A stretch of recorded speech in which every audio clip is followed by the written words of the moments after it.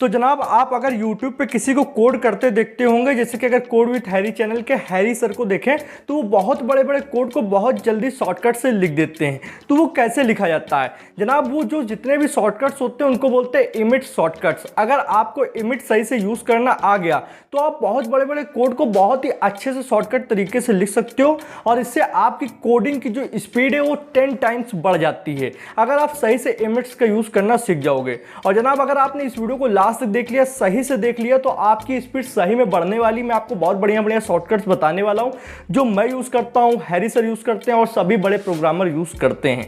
बस आपको इस वीडियो को लास्ट तक देखना है, ज़्यादा कुछ नहीं बताऊंगा, जितनी भी सिंपल ट्रिक्स बता रहा हूं उनको बस अपना लेना, आपकी कोडिंग स्पीड बहुत ज़्यादा बढ़ने वाली है। चलिए अपनी वीडियो को स्टार्ट करते हैं बिना समय गवाए। तो जनाब हम लोग आ चुके हैं यहाँ पे कंप्यूटर की स्क्रीन पे। अब हम लोग क्या करने वाले हैं, यहाँ पे जितने भी इमिट शॉर्टकट्स है वो आपको बताने वाले हैं। सबसे पहले मैं यहाँ पर कर चलता हूँ क्रोम ब्राउजर पे। ये एक चीट शीट खुली हुई है जो कि ऑफिशियल इमिट की चीट शीट है। अब इमिट होता क्या है पहले भैया ये बता दो।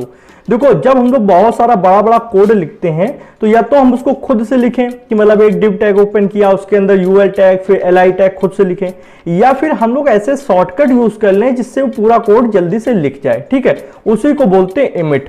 अब इमिट एक टेक्नोलॉजी आप समझ सकते हो, ये ज्यादातर जितने अभी के कोड एडिटर आ रहे हैं जो अपडेट वर्जन के हैं उनके साथ आती है। पर अगर आपके कोड एडिटर में इमिट नहीं है बाई चांस तो आप उसको अलग से इमिट की वेबसाइट पे जाकर डाउनलोड कर सकते हो। यहां पर आपको कुछ नहीं करना है, डाउनलोड बटन मिल जाएगा, आपको इमिट लिखना है क्रोम ब्राउजर के अंदर, वेबसाइट ओपन होगी, वेबसाइट के अंदर जाकर आप डाउनलोड करके उसके साथ इंटीग्रेट कर सकते हो। बट अगर आप विजुअल स्टूडियो कोड यूज कर रहे हो, क्योंकि ज्यादातर लोग विजुअल स्टूडियो कोड ही यूज करते हैं, तो उसमें ऑटोमेटिक इमिट इंटीग्रेट होकर आती है। आपको कुछ भी नहीं करना है, बस आपको उसके शॉर्टकट्स यूज कर लेने हैं, सीख लेने हैं, जिससे आपकी कोडिंग स्पीड बढ़ेगी। बाकी आपको मैं यहाँ पे बहुत सारे देखिए शॉर्टकट्स हैं, इतने सारे शॉर्टकट्स सब लोग यूज नहीं करते हैं और ये सारे नहीं हम लोग को सीखने। हम लोगों को सिर्फ उतने शॉर्टकट सीखने हैं जो हमारी डेली लाइफ के लिए यूजफुल है और जो हमारे काम आएंगे। क्योंकि लिखने को तो यार ये बहुत सारे लिखेंगे ही, क्योंकि ये अपना एक तरीके से ब्रांड बना रहे हैं, अपना प्रमोशन कर रहे हैं, तो इतना सारा सब चीजें तो डालेंगे, पर इतनी चीजें कोई यूज नहीं करता, ना ही हर प्रोग्रामर इतना याद करेगा। यहाँ पर सिर्फ मोटी मोटी जो चीजें हैं जो ज्यादातर यूज होती हैं हम लोग उनको समझ लेंगे, वही हमारे बहुत ज्यादा काम आएंगी। ठीक है, और उतने में ही आपका सारा काम हो जाएगा, ये मेरी गारंटी है। सबसे पहले करते क्या है, विजुअल स्टूडियो कोड खोल लेते हैं। ज्यादातर ये इमिट आपकी HTML CSS के साथ यूज होती है, ये आपको पता होगा। जब भी किसी को आप वेबसाइट बनाते हुए या कोई भी वेब रिलेटेड प्रोजेक्ट बनाते देखोगे तो वो ज्यादातर इमिट का ही यूज करता है, खुद से इतना सारा कोड नहीं लिखेगा।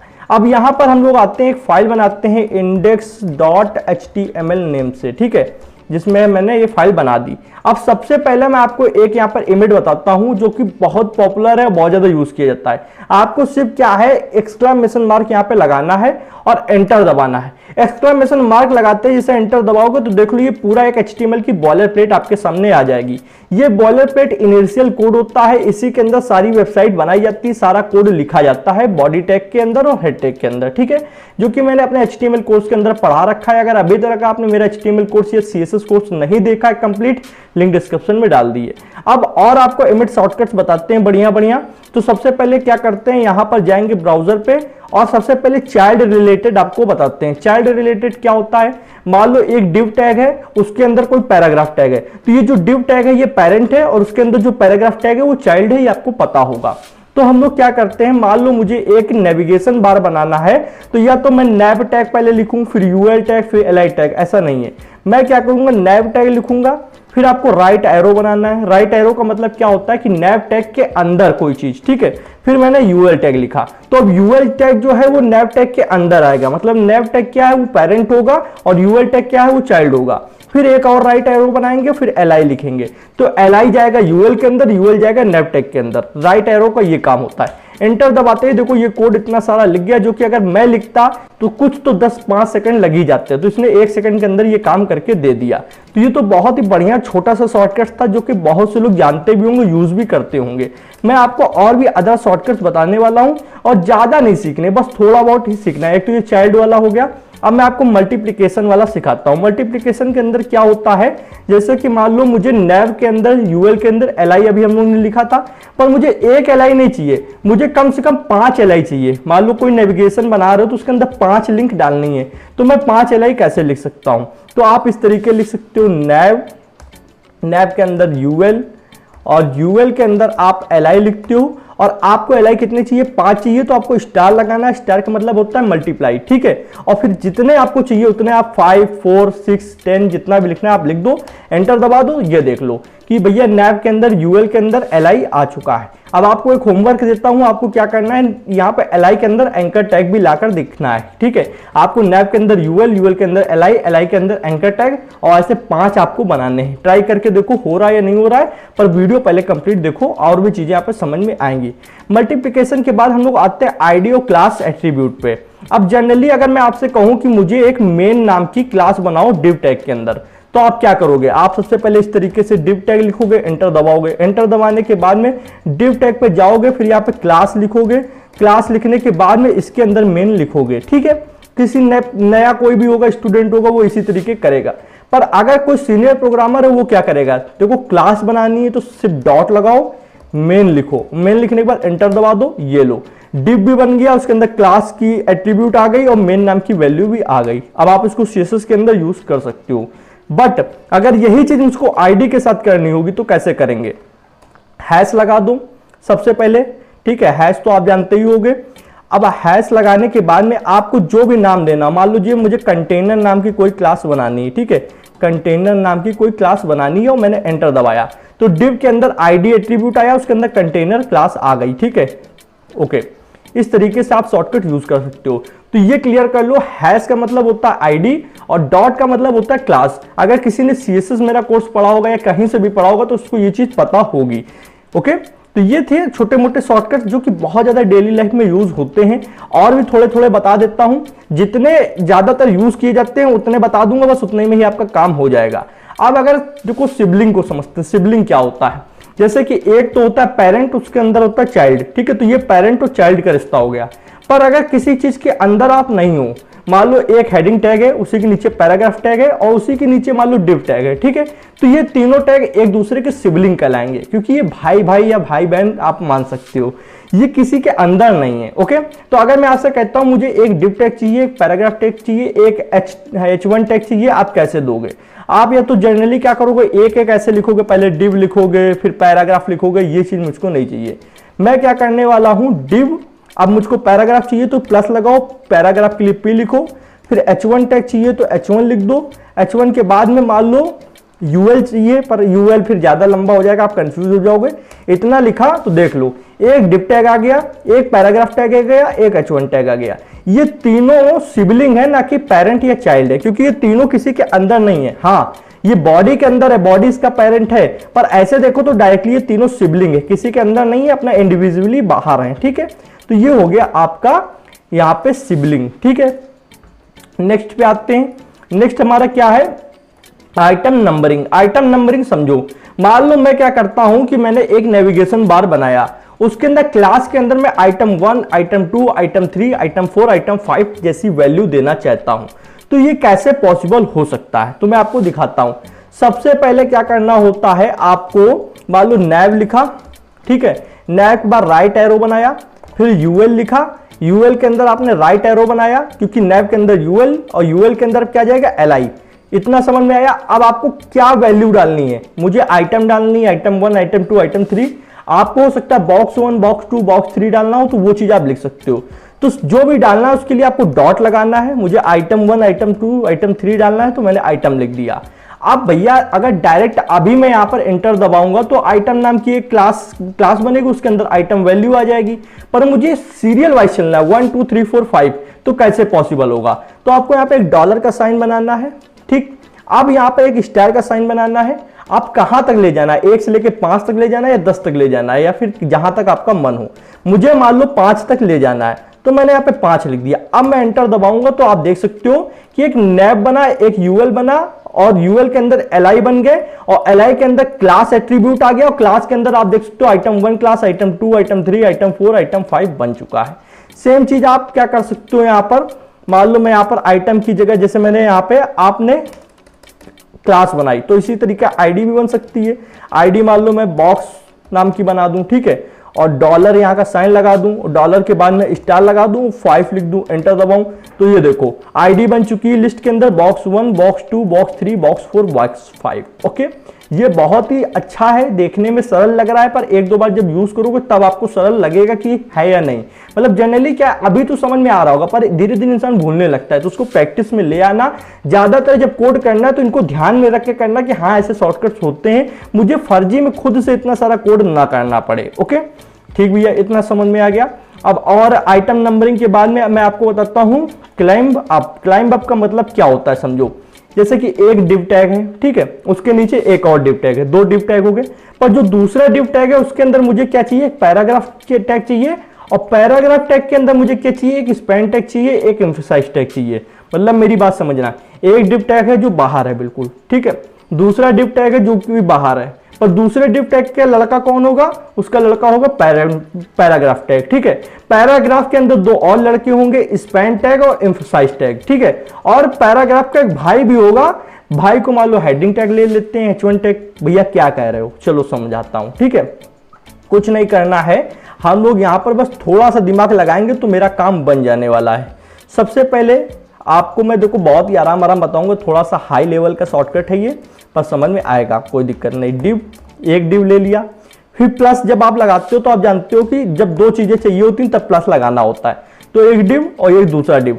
पर दूसरे डिव के अंदर मुझे चाहिए पैराग्राफ टैग, ठीक है, तो मैंने यहाँ पर राइट एरो बनाया, राइट एरो का मतलब है दूसरे डिव के अंदर पैराग्राफ टैग। फिर एक राइट एरो बनाया, तो पैराग्राफ टैग के अंदर मुझको क्या चाहिए, एक स्पैन टैग चाहिए और प्लस का साइन बनाया, और एक एम्फसाइज टैग चाहिए। तो इतना समझ में आया कि एक डिव टैग तो बाहर है इंडिविजुअली, दूसरे डिव टैग के अंदर एक पैराग्राफ टैग है, और पैराग्राफ टैग के अंदर दो चीजें हैं, स्पैन टैग और एम्फसाइज टैग, ठीक है। अब यहां पर मुझे इसके बाहर मतलब पैराग्राफ का एक भाई, मतलब पैराग्राफ का एक सिबलिंग रखना है। क्या रखना है, मुझे H1 टैग रखना है, तो आपको अप एरो बनाना होगा, जो कि 6 नंबर को अगर आप यहाँ पे शिफ्ट दबाकर लगाते हो तो आ जाएगा, ठीक है। और मुझे बाहर H1 टैग रखना है। अब मैं इसके कोड को रन करता हूं, अब आपको समझ में आएगा। ध्यान से इस कोड को अगर आप देखें तो ये एक डिव टैग है जो कि बाहर है इंडिविजुअली, ठीक है, इसको अलग कर दिया। अब ये एक डिव टैग है, इसके अंदर क्या है, पैराग्राफ टैग है। पैराग्राफ टैग के दो बच्चे हैं यहां पर देखो, एक स्पैन टैग, एक एम्फसाइज टैग, ठीक है। और मैं इसको इस तरीके कर देता हूं, मैं इसको कुछ इस तरीके कर देता हूं, अब आपको समझ में आ रहा होगा। तो यहां पर ध्यान से अगर मैं आपको दिखाऊं तो ये डिव टैग तो एक बाहर है, वन डिव टैग, ठीक है, ये एक दूसरा डिव टैग है जिसके अंदर क्या है, पैराग्राफ टैग है। तो पैराग्राफ का पेरेंट कौन हुआ, डिव टैग, ठीक है। अब पैराग्राफ टैग के अंदर भी दो चीजें हैं, एक स्पैन टैग, एक एम्फसाइज टैग। तो स्पैन टैग और एम्फसाइज टैग का पेरेंट कौन हुआ, पैराग्राफ टैग हुआ। और अगर हम लोग पूछे कि स्पैन टैग और एम्फसाइज टैग आपस में क्या है, तो ये सिबलिंग बोल सकते हैं, क्योंकि स्पैन टैग और एम्फसाइज टैग दोनों पैराग्राफ टैग के अंदर हैं। तो ये स्पैन टैग और एम्फसाइज टैग एक दूसरे के भाई हो सकते हैं, एम्फसाइज टैग और स्पैन टैग एक दूसरे के सिबलिंग हो सकते हैं। ओके, अब ये पैराग्राफ टैग के अंदर देखो, एक अंदर नहीं, पैराग्राफ टैग के देखो बाहर H1 टैग है, तो ये पैराग्राफ टैग और ये H1 टैग एक दूसरे के सिबलिंग हो सकते हैं, क्योंकि ये दोनों ही डिव टैग के अंदर हैं। मतलब पैराग्राफ टैग और H1 टैग दोनों ही डिव टैग के अंदर है, तो दोनों भाई भाई हुए, ठीक है। तो ये एक डिव टैग है, ये एक डिव टैग है, इसके अंदर क्या है, पैराग्राफ टैग और H1 टैग। तो डिव टैग के अंदर दो टैग है, पैराग्राफ टैग और H1 टैग, और पैराग्राफ के अंदर दो टैग हैं, स्पैन टैग, एम्फसाइज टैग। तो ये दो टैग आपस में भाई भाई हुए, ओके। और पैराग्राफ टैग और H1 टैग ये दोनों आपस में भाई भाई हुए, और डिव टैग और पैराग्राफ टैग, H1 टैग ये दोनों पेरेंट और चाइल्ड का रिलेशन रखते हैं, और ये तो अपना इंडिविजुअली अलग है। तो ये शॉर्टकट एक बार मैं फिर से आपको समझाना चाहूंगा, इसमें कुछ नहीं करना है, बहुत ही सिंपल सा है। सबसे पहले आपने डिव लिखा तो एक डिव बन जाएगी, फिर प्लस लगाकर दूसरा डिव लिखा तो दूसरी डिव बन जाएगी, फिर राइट एरो लगाया तो दूसरे डिव के अंदर एक पैराग्राफ टैग बन जाएगा, फिर पैराग्राफ के आगे आपने एक राइट एरो बनाया तो पैराग्राफ के अंदर एक स्पैन टैग बन जाएगा। क्या बन जाएगा, एक स्पैन टैग बन जाएगा। फिर स्पैन टैग के साथ एक और चीज बनानी, स्पैन टैग के अंदर नहीं, स्पैन टैग के साथ एक और चीज बनानी है, एम्फसाइज टैग, ओके। अब पैराग्राफ टैग के बाहर मुझे एक H1 टैग बनाना है, मतलब ये पैराग्राफ टैग और ये H1 टैग एक ही सीढ़ी पे हैं, ठीक है। तो बस इतना करने के बाद आप एंटर दबाते हो जब, तो आपका काम हो जाता है कुछ इस तरीके से। तो इसको अगर आप तोड़ के इस तरीके से कर लेते हो तब आपको अच्छे से समझ में आएगा कि कहां पर चाइल्ड और कहां पर पेरेंट का रिलेशन हो रहा है, ठीक है। आई होप आपको ये समझ में आया होगा। अब छोटे मोटे और दो चार शॉर्टकट्स हैं, उनको भी मैं बता देना चाहता हूं। चलो भैया, बाकी आप यहाँ पर जो देख रहे हो कस्टम एट्रीब्यूट्स, ये सब बेकार हैं, ये आपको कोई यूज नहीं आने वाले जनरली, इनका भी इतना आपको देखना भी नहीं है। इन फ्यूचर करते करते तो बहुत कुछ इंसान सीख जाता है, पर स्टार्टिंग में आपको जो सीखना है बस उतना सीखो, ज्यादा पे दिमाग लगाओगे। अब मालूम है ग्रुपिंग है, ग्रुपिंग बताने को मैं बता दूं, पर ये यार याद करने में आपको प्रॉब्लम होगी, इससे अच्छा कोई काम भी नहीं बनता है। इतना तो हम लोग खुद से कर सकते हैं, तो इतना लंबा लंबा आपको शॉर्टकट नहीं याद करना है। शॉर्टकट वो याद करो जो सही में शॉर्टकट हो, मतलब सही में हमारा काम जल्दी करके दे पाए। अब मान लो एंकर टैग के अंदर चाहिए आपको टेक्स्ट, तो टेक्स्ट लेने के लिए क्या कर सकते हैं ये मैं आपको बता देता हूं। मैं इसको हटाता हूं। अब मान लो मुझे एंकर टैग के चाहिए गूगल लिखा हो, ठीक है, मैं आपको दिखाता हूं, थोड़ा सा जूम आउट कर दिया जाए, ज्यादा सही रहेगा। एंकर टैग बनाया, कर्ली ब्रैकेट बना लो, कर्ली ब्रैकेट के अंदर आप मान लो लिख दो गूगल, ठीक है, इस तरीके से गूगल लिख दो और एंटर दबा दो, तो देखो एक एंकर टैग बन गया, उसके बीच में गूगल लिखकर आ गया। तो कुछ खास नहीं है पर किया जा सकता है, ठीक है, इसीलिए मैंने आपको ये बता दिया। अब इसके बाद में हम लोग क्या कर सकते हैं कि यहाँ पे HTML से रिलेटेड जितने शॉर्टकट्स बढ़िया बढ़िया थे वो आपको समझ में आ चुके हैं। अब मैं क्या करता हूँ CSS से रिलेटेड कुछ शॉर्टकट्स आपको बताने वाला हूँ, ठीक है। तो CSS से रिलेटेड शॉर्टकट्स कौन से हो सकते हैं आइए मैं आपको दिखाता हूँ। सबसे पहले क्या करते हैं, यहाँ पर जाते हैं CSS की चार्ट शीट पे, ये HTML की थी, और थोड़ा सा स्क्रॉल करोगे तो यहाँ पे CSS और XML से रिलेटेड भी मिल जाएगा। अब CSS में बहुत सारे यहाँ पर शॉर्टकट्स दिए हुए हैं, पर सारे यूज नहीं करने, हम लोग को सिर्फ कौन कौन से यूज करने हैं मैं आपको बता देता हूं। जैसे कि अगर CSS यूज करनी है तो एक CSS फाइल बना लीजिए, ज्यादा सही रहेगी। तो यहाँ पर style.css एंटर दबाया। अब मालूम मैं H1 टैग के ऊपर मैं सिलेक्टर लगाता हूं, ठीक है। अब मालूम मुझे बैकग्राउंड कलर देना है, तो मैं या तो लिखूं बैकग्राउंड इस तरीके, फिर एंटर दबाऊं कलर, या फिर मैं सिर्फ लिख दूं BGC। BGC लिखने का मतलब क्या है, बैकग्राउंड कलर, और आराम से आप बैकग्राउंड कलर दे सकते हो, ठीक है। एक तो ये हो गया। दूसरा मैं आपको बता देता हूं, अगर आपने पोजीशन प्रॉपर्टी पढ़ी होगी, पोजीशन प्रॉपर्टी क्या होती थी, किसी भी मान लो एलिमेंट की आप पोजीशन दे सकते हो, रिलेटिव होती है, एब्सोल्यूट होती है, स्टैटिक होती है, फिक्स होती है, ये मैंने आपको सेशन में पढ़ाया था। तो मान लो मुझे पोजीशन को रिलेटिव रखना है, ठीक है, तो मैं POS लिखूंगा, फिर कॉलन का निशान लगाऊंगा, और रिलेटिव रखना है तो R लिखूंगा, R से आ जाएगा। अगर यहाँ पे मुझे S लगा दिया तो स्टैटिक आ जाएगी, अगर मैं यहाँ पर F लगा दूं तो यहाँ पे फिक्स आ जाएगी। तो मतलब POS कॉलन लगाकर आप जो भी रखना चाहते हो उसका पहला लेटर डाल दो, ठीक है। फिक्स रखना है तो F, रिलेटिव रखना है तो R, एब्सोल्यूट रखना है, बाई चांस एब्सोल्यूट रखना हो तो A लगा दो, और A लगाने के बाद एंटर दबा दो, ये आ जाएगा। तो एक तो आपने बैकग्राउंड कलर का शॉर्टकट समझ लिया, एक पोजीशन का शॉर्टकट समझ लिया। अब मैं आपको कलर का समझाता हूं। मान लो कलर देना है तो आप क्या कर सकते हो, आप पूरा लिखोगे इस तरीके से COLR, ठीक है, इतना लिखने के बजाय सिर्फ C लिख के एंटर दबा दो, कलर आ जाएगा। बहुत बढ़िया शॉर्टकट है, ठीक है। अगर कलर के साथ आपको RGB वैल्यू देनी है तो C लगाकर कॉलन लगा के R लगा दो, कलर के साथ, एक सेकेंड, C के साथ कॉलन के साथ R आता था, शायद ये अब नहीं आता है R, ओके, तो ये अब नहीं आता, पहले आता था, ठीक है, ओके। अब मैं क्या करने वाला हूं, यहां पर आपको कुछ पैडिंग और मार्जिन से रिलेटेड भी बताऊंगा। उससे पहले बॉर्डर से रिलेटेड अगर मैं बताऊं तो BD लिख दो, तो ये बॉर्डर रिलेटेड आ जाएगा। 1 पिक्सल सॉलिड, आप जो भी कलर देना चाहते हो, 2 पिक्सल में देना चाहते हो तो 2 कर दो। तो सिर्फ आपको क्या करना है, पूरा बॉर्डर लिखने के बजाय BD लिखना है, ठीक है, BD लिखने पे ये आ जाएगा, ओके। चलिए भैया ये समझ में आ गया। अब मैं आपको यहाँ पे थोड़ा सा यहाँ पे मार्जिन रिलेटेड बताता हूँ। मार्जिन में क्या, अगर आप सिर्फ M लगाकर एंटर दबाते हो तो मार्जिन की वैल्यू आप दे सकते हो, टॉप, राइट, बॉटम, लेफ्ट, इस तरीके से, ठीक है। पर अगर आप मार्जिन को क्या करना चाहते हो, ऑटो रखना चाहते हो तो M:A, और ये देखो मार्जिन ऑटो आ गया, ठीक है। बट भैया मुझे मार्जिन लेफ्ट से देनी है तो M और L लिख के टाइप कर दो, ML मतलब मार्जिन लेफ्ट। MB लिख के करते हो तो मार्जिन बॉटम आ जाएगा। उसके बाद अगर आप MT लिख के करते हो तो मार्जिन टॉप आ जाएगा। उसी तरीके से आप MR लिखते हो तो मार्जिन राइट आ जाएगा, ओके। ये शॉर्टकट ज्यादातर यूज होते हैं CSS के अंदर, ओके, इतना लंबा नहीं लिखना होता है, हम लोग सिर्फ MR ML ऐसे लिख देते हैं। सेम यही पैडिंग के साथ है, P लिखेंगे, एंटर दबाएंगे तो पैडिंग आ गया। अगर P के साथ आप कॉलन लगाकर A लिख देते हैं तो पैडिंग ऑटो आ जाएगा। अगर बाय चांस अगर आप यहाँ पे करना चाहते हो पैडिंग राइट तो PR लिख दो, अगर आप पैडिंग लेफ्ट करना चाहते हो तो PL लिख दो, ठीक है। अगर यहाँ पर आप पैडिंग बॉटम करना चाहते हो तो PB लिखकर एंटर दबा दो। तो ये सब शॉर्टकट्स ज्यादातर यूज होते हैं, बाकी फालतू की चीजों में नहीं पढ़ना है हम लोगों को। ये थे मार्जिन और पैडिंग के शॉर्टकट्स। अब आपको कुछ यहाँ पे फॉन्ट रिलेटेड भी बताया जाए। फॉन्ट रिलेटेड भी कुछ ज्यादा शॉर्टकट्स है नहीं, पर जैसे अगर आप FZ लिखते हो जनरली वेबसाइट बनाते समय फॉन्ट साइज हमें बहुत बार देना पड़ता है, तो F8 लगाकर एंटर दबाओगे तो फॉन्ट साइज का पूरी प्रॉपर्टी प्लस आपका पूरा स्ट्रक्चर वाइज आ जाएगा। सिर्फ आपको यहाँ पर मान लो मुझे 1 रेम देना है तो मैं 1 रेम दे दूंगा। 1 रेम क्या होता है, आपका जो रूट एलिमेंट होता है उसके साइज के हिसाब से चलता है। रूट एलिमेंट मतलब बॉडी टैग का या फिर HTML टैग का जो बाय डिफॉल्ट साइज होता है वो 16 पिक्सल के आसपास होता है। तो 1 रेम का मतलब 16, 2 रेम का मतलब 32, 3 रेम का मतलब ऐसे ही आपका 16, 16, 32 ऐसे बढ़ता चला जाएगा। ओके, अब क्या कर सकते हैं भैया, यहां पर फटाफट से आते हैं और आने के बाद में हम लोग क्या कर सकते हैं, फॉन्ट वेट का एक बताता हूं, FW मतलब फॉन्ट वेट कैसा रखना चाहते हो, मान लो बोल्ड रखना चाहते हो, बोल्डर रखना चाहते हो, या फिर 700, 800 इस तरीके भी वैल्यू दी जाती है। ठीक है, ओके भैया, ये समझ में आ गया। और क्या क्या किया जा सकता है, FS आपको दिखा देता हूं, फॉन्ट स्टाइल। तो फॉन्ट स्टाइल में FS डाल दो, फॉन्ट स्टाइल आ जाएगा। इटैलिक रखना चाहते हो, अंडरलाइन रखना चाहते हो, ये फॉन्ट स्टाइल आ गया। ठीक है, और कुछ छोटे मोटे शॉर्टकट्स बता सकता हूं, जैसे लिस्ट का, तो LIS डालोगे तो लिस्ट स्टाइल आ जाएगा।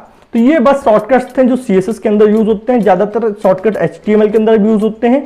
बाकी ये चीट शीट की लिंक आपको डिस्क्रिप्शन में डाल दूंगा। कुछ एक्स्ट्रा सीखना हो तो यहाँ पर जाकर देख के सीख लो, पर इतने सारे याद करने की जरूरत नहीं है, कोई भी याद नहीं करता है। जो बेसिक रोजमर्रा के काम में आते हैं उनको बस दिमाग में रखो, उन्हीं से आपका काम हो जाने वाला है। बाकी देने को तो ये बहुत कुछ दे देते हैं, पर इतना सब कोई करता नहीं है यार। ठीक है, कहां तक कर पाओगे, पर जो बेसिक थे जो ज्यादातर यूज किए जाते हैं बड़े लोगों के द्वारा है या फिर जो थोड़ा सा सीनियर लोग होते हैं, क्योंकि हम लोग भी गाइडेंस सीनियर से लेते हैं, सीनियर अपने सीनियर से गाइडेंस लेते हैं, उस तरीके से आप कर सकते हो। और जनाब कुछ और भी यहाँ पे कोर्सेज की तैयारी चल रही है, हम लोग DBMS के कोर्स पे काम कर रहे हैं, बूटस्ट्रैप पे काम कर रहे हैं, बहुत जल्दी वो कोर्स आने वाले हैं, इसलिए वीडियो थोड़ा लेट हो रही है, बस ये मैं बताना चाहूंगा। इस चैनल पे कंप्लीट वेब डेवलपमेंट की तैयारी कराई जा रही है, HTML CSS पढ़ाई जा चुकी है, बाकी बूटस्ट्रैप टेलविन की तैयारी हम लोग कर रहे हैं। इसी के साथ अपनी वीडियो को विराम दूंगा। थैंक्स फॉर वॉचिंग फ्रेंड्स, जय हिंद, जय भारत।